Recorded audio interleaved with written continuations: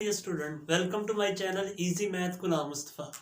आज की हम इस वीडियो में unit number 1 matrices and determinant के मुतालिक पढ़ेंगे और मैं आप लोगों को इस वीडियो में ये बताऊंगा कि मैट्रिसेस क्या होते हैं, मैट्रिसेस का हमारी अमली ज़िंदगी में क्या इस्तेमाल है। क्योंकि मैट्रिक्स के मुतालिक तो सब लोग जानते हैं, उसके क्वेश्चंस भी तमाम लोग कर लेते हैं, लेकिन ये बहुत कम लोग जानते होंगे कि मैट्रिसेस का इस्तेमाल कहाँ पे होता है, इसका मकसद क्या है। तो आज की वीडियो में इंशाल्लाह हम ये सब कुछ डिस्कस करेंगे। वीडियो को स्टार्ट करने से पहले जो मेरे चैनल पर न्यू कमर हैं वो मेरे चैनल को सब्सक्राइब कर दें और बेल आइकन को प्रेस कर दें ताकि उनको नई आने वाली वीडियोस मिलती रहें। क्योंकि इंशाल्लाह मैं आप लोगों को स्मार्ट सिलेबस के मुताबिक 9th और 10th की तमाम मैथ की बुक्स का सलूशन इंशाल्लाह प्रोवाइड करूँगा। तो वीडियो को स्टार्ट करने से पहले हम देखें, पहले ये डिस्कस करते हैं मैट्रिक्स क्या है।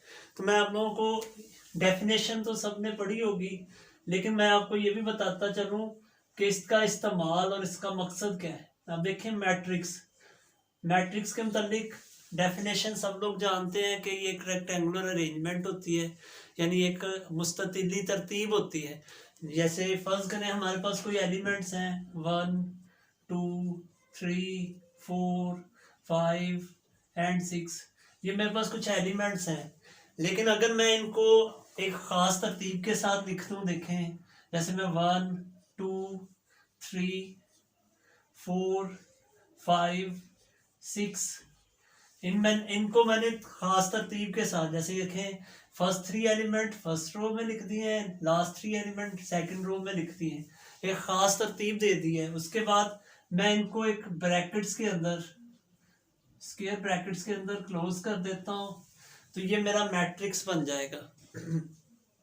हम मैट्रिक्स को कैपिटल लेटर से डिनोट करते हैं। इसमें जो आप लोगों को ये लाइंस नज़र आ रही हैं, जैसे ये इस पर ये वाली लाइन है, एक ये लाइन नज़र आ रही है आपको, एक ये लाइन नज़र आ रही है। ये जो लाइंस हैं इस तरह की, जिसे हम कहते हैं हॉरिजेंटल लाइंस, इन्हें हम रोज कहते हैं। इसी तरह आपको मैट्रिक्स के अंदर इस तरह की भी लाइंस नजर आ रही हैं, जो ऊपर से नीचे की तरफ हैं, जिन्हें वर्टिकल लाइंस कहते हैं। और वर्टिकल लाइंस को हम कॉलम्स का नाम दे देते हैं।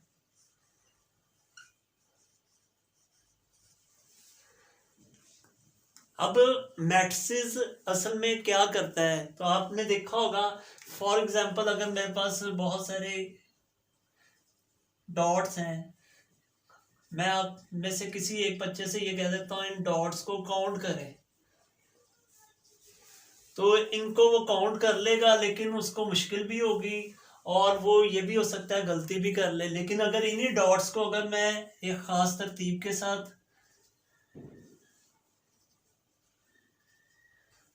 लिखता हूँ तो इनको गिनने में आसानी होगी। देखें, अगर अब मैंने इन डॉट्स को एक ख़ास तरतीब के साथ लिखा है, अब स्टूडेंट आसानी से गिन सकता है, यानी 1 2 3 4, यानी फर्स्ट रो में 4 है और इधर 1 2 3 है, तो वो आराम से 4 मल्टीप्लाई बाय 3 करेगा, उसे टोटल डॉट्स का पता चल जाएगा।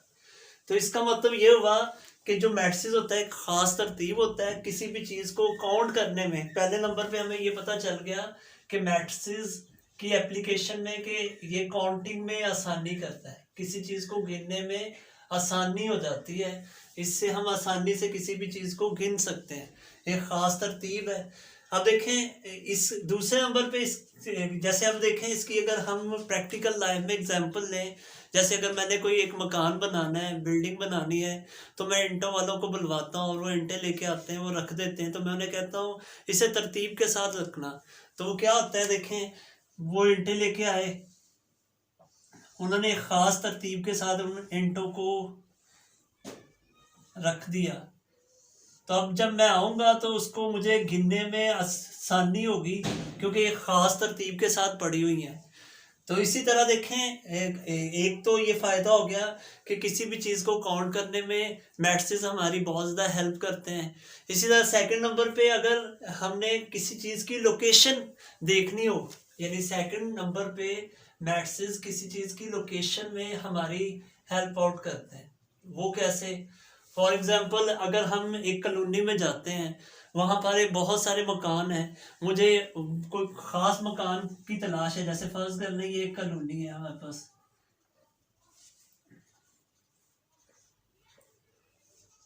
इसमें बहुत सारे मकान हैं और इसकी इस जगह पर एक मॉस्क है।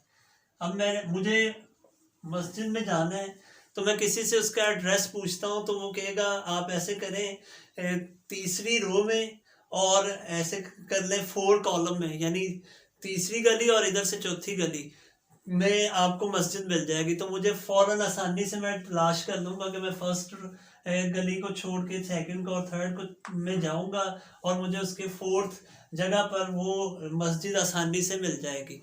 तो इसका मतलब है कि जो मैट्रिसेस हैं, हम मैट्रिसेस में भी ऐसे ही करते हैं कि जब हिंसों को ख़ास तरतीब के साथ लिखते हैं, तो अगर फर्ज करें हमें 5 की लोकेशन देखनी है तो हम आसानी से बता सकते हैं कि ये सेकंड रो में और सेकंड कॉलम में मौजूद है। तो हम फ़ौरन तलाश कर लेंगे कि जो 5 है वो सेकंड रो और सेकंड कॉलम में मौजूद है।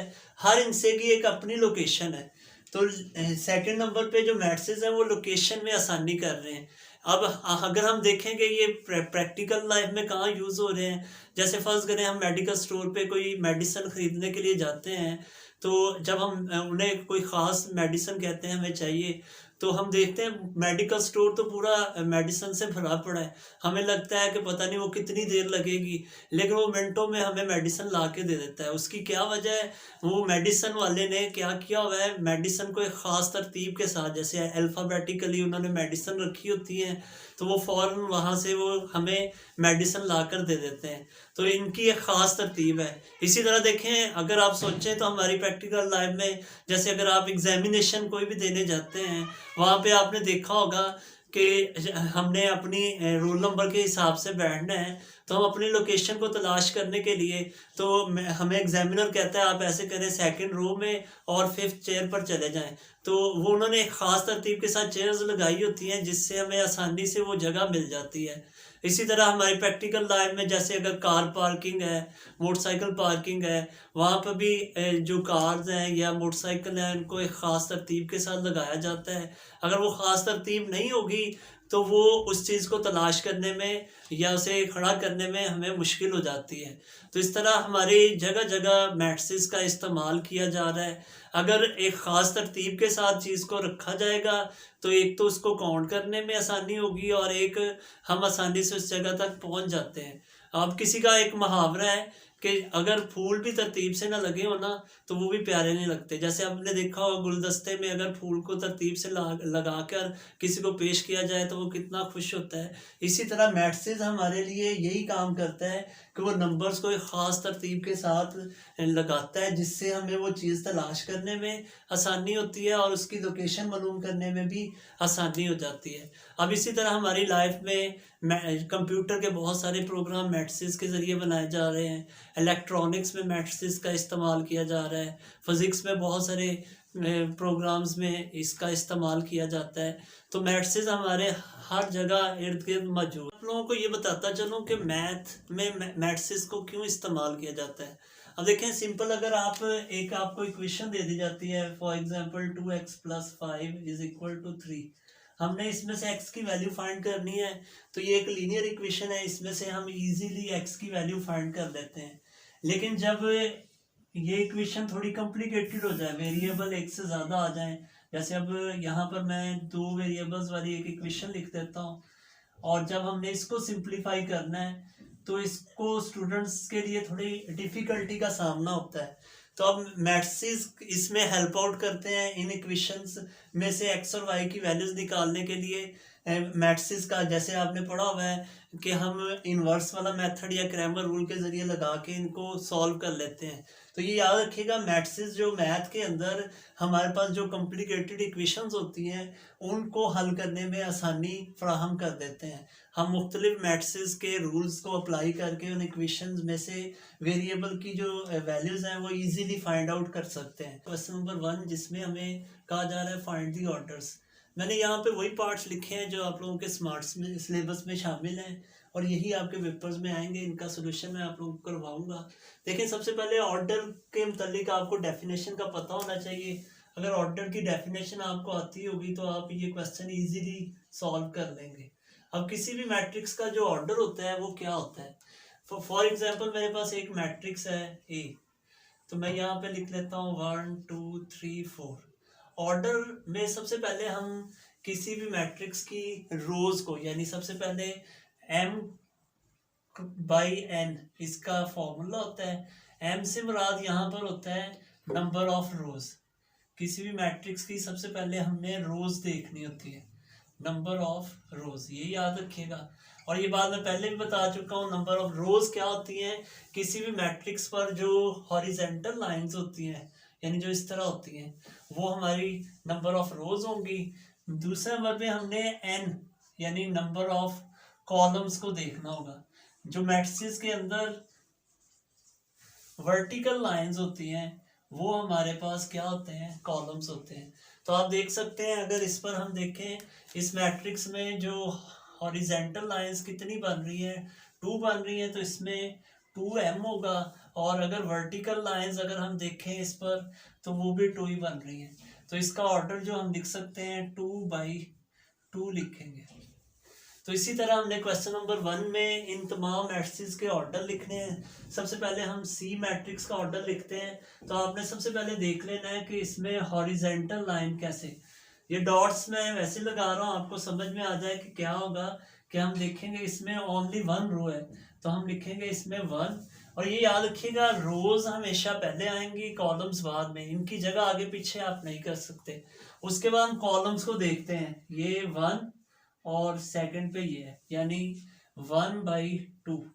तो इसमें एक रो है और 2 कॉलम्स हैं, तो हम इसका ऑर्डर लिख सकते हैं 1/2। इसी तरह आप देखें जी का अगर हमने ऑर्डर लिखना है, इसमें रोज देख लें 1 2 एंड 3। जैसे आपके दस्ते पे लाइनें मौजूद होती हैं वो रोज होंगी, ये ध्यान में रखिएगा। तो इसमें 3 रोज हैं।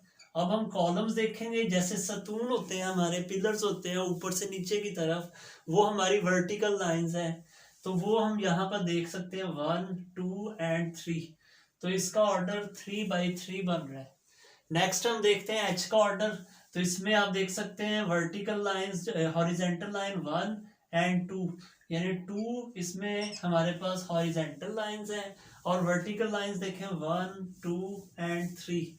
तो इसमें 3 वर्टिकल लाइंस है। तो इसका ऑर्डर जो होगा वो 2/3 होगा। इसी तरह देखते हैं क्वेश्चन नंबर 2 आपके स्मार्ट सिलेबस में शामिल नहीं है। क्वेश्चन नंबर 3 को हम, क्वेश्चन नंबर 3 में हमें कहा जा रहा है find the values of A B C and D. हमें 2 मैट्रिसेस दे दिए गए हैं जो कि इक्वल हैं, हमने यहाँ से ए बी सी डी की वैल्यूज फाइंड करनी है। तो इस क्वेश्चन के लिए सबसे पहले आपको एक डेफिनेशन आनी चाहिए जो इक्वालिटी ऑफ मैट्रिसेस की है। अगर आपको उसके मुतालिक पता होगा तो ये क्वेश्चन आप इजीली सॉल्व कर लेंगे। इक्वालिटी ऑफ मैट्रिसेस क्या होती है, यानी 2 मैट्रिसेस आपस में इक्वल कब होते हैं, उसके लिए आपको मैं कंडीशन बता देता हूँ, ये याद रखिएगा। मसलन देखें, अब 2 मैट्रिसेस फॉर एग्जांपल ए और बी हैं, वो इक्वल होंगे अगर उनमें ये 2 कंडीशंस पूरी हो रही होंगी। कौन कौन सी 2 कंडीशन है? नंबर 1 कि दोनों के ऑर्डर सेम होने चाहिए, यानी पहले हम ऑर्डर ऑफ ए देखेंगे, उसका जो आंसर है वो बराबर होगा ऑर्डर ऑफ बी के। पहली कंडीशन ये जब पूरी हो जाएगी, फिर हम सेकंड कंडीशन की तरफ आएंगे कि हमने इनके क्रॉसपॉन्डिंग एलिमेंट्स देखने हैं। क्रॉसपॉन्डिंग एलिमेंट, अब क्रॉसपॉन्डिंग एलिमेंट्स क्या होते हैं? यानी मुतनाज़िर अरकान, यानी पहले मैट्रिक्स का पहला एलिमेंट दूसरे मैट्रिक्स के पहले एलिमेंट के बराबर होना चाहिए। क्रॉसपॉन्डिंग एलिमेंट्स आर इक्वल होने चाहिए। अगर दोनों मैट्रिक्स के क्रॉसपॉन्डिंग एलिमेंट इक्वल हैं, फिर हम कह सकते हैं ए और बी इक्वल होंगे। इसके लिए मैं आप लोगों को एक एग्जांपल दे देता हूँ, आपको ये बात वाज़ेह हो जाएगी। फॉर एग्जांपल हमारे पास ए मैट्रिक्स है 1 2 3 4। अब हमारे पास एक बी मैट्रिक्स है 1 1 + 1 3 × 1 8/2। अगर मैं ये देखना चाहता हूँ क्या ये दोनों मैट्रिसेस इक्वल हैं, तो मैं पहले इन दोनों पर ये कंडीशंस देखूंगा कि प्रूफ हो रही है या नहीं। फर्स्ट कंडीशन क्या है कि हमें ऑर्डर पहले दोनों के देखने हैं। अब आप देख सकते हैं इसमें हॉरिजेंटल और वर्टिकल लाइंस 2 2 है, इसका ऑर्डर 2/2 है। पहले इन दोनों के ऑर्डर चेक कर लें। इसी तरह इसमें भी है, यही है। अगर कोई चीज़ मल्टीप्लाई, डिवाइड या प्लस हो रही है तो वो एक ही टर्म काउंट होगी। तो यहाँ पर देखें 2 रोज और 2 कॉलम्स हैं, तो इसका ऑर्डर भी 2/2 है। तो पहली बात तो हमारी यानी साबित होगी कि दोनों के ऑर्डर सेम होने चाहिए थे, वो सेम हो गए। अब हम इनके क्रॉसपॉन्डिंग एलिमेंट चेक करेंगे, यानी आपने ये देखना है कि इसका जो फर्स्ट एलिमेंट है, यहाँ पर देखें 1 है, क्या वो इधर इसके फर्स्ट एलिमेंट के इक्वल है, तो वो इक्वल आ रहा है। इसी तरह इसका सेकंड एलिमेंट 2 है, अगर हम 1 और 1 को ऐड करें ये भी 2 बन रहा है। थर्ड एलिमेंट थर्ड के इक्वल आ रहा है, फोर्थ एलिमेंट फोर्थ के इक्वल आ रहा है। तो इसका मतलब सेकंड दोनों कंडीशंस पूरी हो रही हैं कि इनके ऑर्डर भी सेम है, क्रॉसपॉन्डिंग एलिमेंट भी सेम है। तो इसलिए हम अब कह सकते हैं ए इक्वल है बी के। अगर इनमें से एक कंडीशन पूरी हो रही हो लेकिन दूसरी कंडीशन पूरी ना हो रही हो, फिर ये इक्वल मैट्रिसेस नहीं होंगे। तो अब इससे एक बात और भी हम यहाँ पे अखज़ कर सकते हैं कि अगर दो मैट्रिसेस इक्वल है तो उनके क्रॉसपॉन्डिंग एलिमेंट भी इक्वल होंगे, और यानी ये इफ एंड ओनली वाली कंडीशन है, उनके ऑर्डर भी सेम। देखें दो मैट्रिसेस ऑलरेडी उन्होंने हमें कहा हुआ है कि इक्वल है, तो हमने ए बी सी डी की वैल्यूज फाइंड करनी है। अगर ये दो मैट्रिसेस इक्वल हैं तो अभी हमने पढ़ लिया है कि दो मैट्रिसेस जब भी इक्वल हो उनके क्रॉसपॉन्डिंग एलिमेंट इक्वल होते हैं। तो हम ऐसे करेंगे कि फर्स्ट एलिमेंट को फर्स्ट एलिमेंट के इक्वल रख लेंगे। यहाँ इक्वलिटी ऑफ मैट्रिसेस की डेफिनेशन को हम यूज कर रहे हैं। इसी तरह देखिए सेकंड एलिमेंट को मैं सेकंड एलिमेंट के इक्वल यहाँ पे रख लेता हूँ, और थर्ड एलिमेंट को थर्ड के इक्वल रखते हैं, c-1 इज इक्वल टू 3, और 4d - 6 is equal to 2d। अब हमारे पास यहाँ 4 इक्वेशंस बन गई हैं, इनमें से हम ABCD की वैल्यूज फाइंड करेंगे। तो देखें सबसे इजी पहले इस इक्वेशन, इसमें 2 वेरिएबल्स हैं, इधर से वैल्यूज निकालना डिफिकल्ट है, इसमें और इसमें एक एक वेरिएबल है, तो इधर से हम इजीली, जैसे आप देखें कांस्टेंट, यहाँ से c की वैल्यू हम इजीली फाइंड कर सकते हैं। 1 अगर इधर ले आए तो हमारे पास c का आंसर जो आए वो 4 बन रहा है, तो c की वैल्यू यहाँ से इजीली आ गई है। इस इक्वेशन को आप इक्वेशन नंबर 1 और इसको 2 का नेम दे दें। अब इधर से देखें d की वैल्यू इजीली हम निकाल सकते हैं, d वाली वैल्यूज एक तरफ कर लें, 2d प्लस, यहाँ इस तरफ प्लस है, इधर माइनस होगा, और 6 प्लस होगा, तो यहाँ पर हमारे पास 2d इज इक्वल टू 6, और d की वैल्यू हमारे पास बन रही है 3। c और d की वैल्यूज आ गई हैं। अब देखें c की वैल्यू अगर मैं फर्स्ट इक्वेशन में पुट कर देता हूँ तो मुझे a की वैल्यू भी निकालने में आसानी होगी। देखें यहाँ से हम a की वैल्यू निकाल सकते हैं, वो बन रही है -4। अब हमारे पास लास्ट वैल्यू जो रह गई है वो हमने b की निकालनी है। a की वैल्यू अगर हम इक्वेशन 2 में पुट करते हैं तो हमारे पास देखें a की जगह -4, 2b इज इक्वल टू -7, तो 2b इज इक्वल टू -7, 4 यहाँ आके प्लस और -3। अब b की वैल्यू चाहिए, 2 डिवाइड होगा, तो हमारे पास देखें ABCD की वैल्यूज फाइंड हो गई। हमने क्या किया है, इक्वालिटी ऑफ मैट्रिसेस की डेफिनेशन को यूज़ किया है कि जब भी दो मैट्रिसेस इक्वल हो उनके क्रॉसपॉन्डिंग एलिमेंट इक्वल होते हैं, वहाँ से हमने ABCD की वैल्यूज निकालनी। Thank you.